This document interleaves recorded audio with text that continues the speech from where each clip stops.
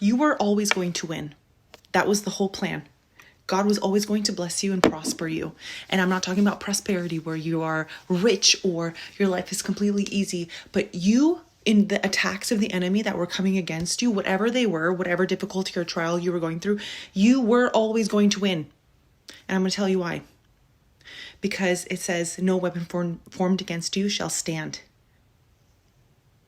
The Bible constantly talks about different passages where God is with you, who can be against you?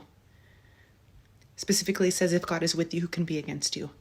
We constantly see that when we are following Christ, when we are on the side of God, the enemy cannot win. And what I mean is, though he comes for your peace, though he comes for your finances, though he comes for your thoughts, though he comes for whatever you have, your family, he will not prosper.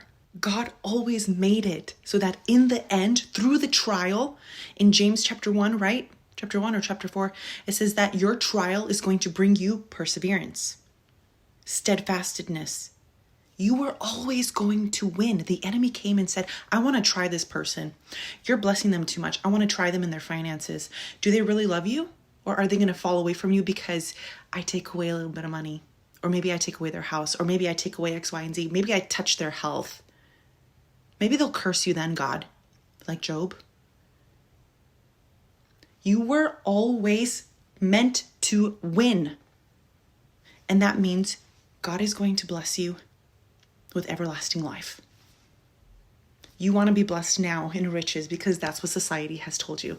And that's not a bad thing. That's not a bad thing. Whatever you use it for the glory of God.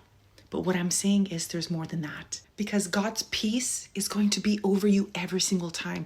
The next time you go through a trial, God's peace is going to be over you and you're going to be like, take it. I'm not bringing it with me to heaven. That you yelling at me is not going to change anything. I have peace in the Lord.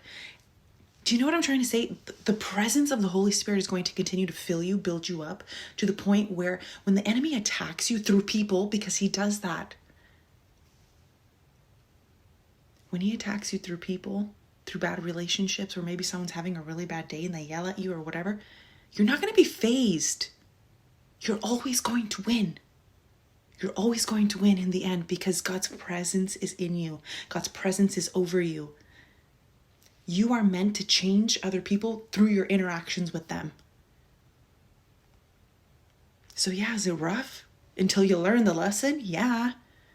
But how good is it that God always made it for you to win?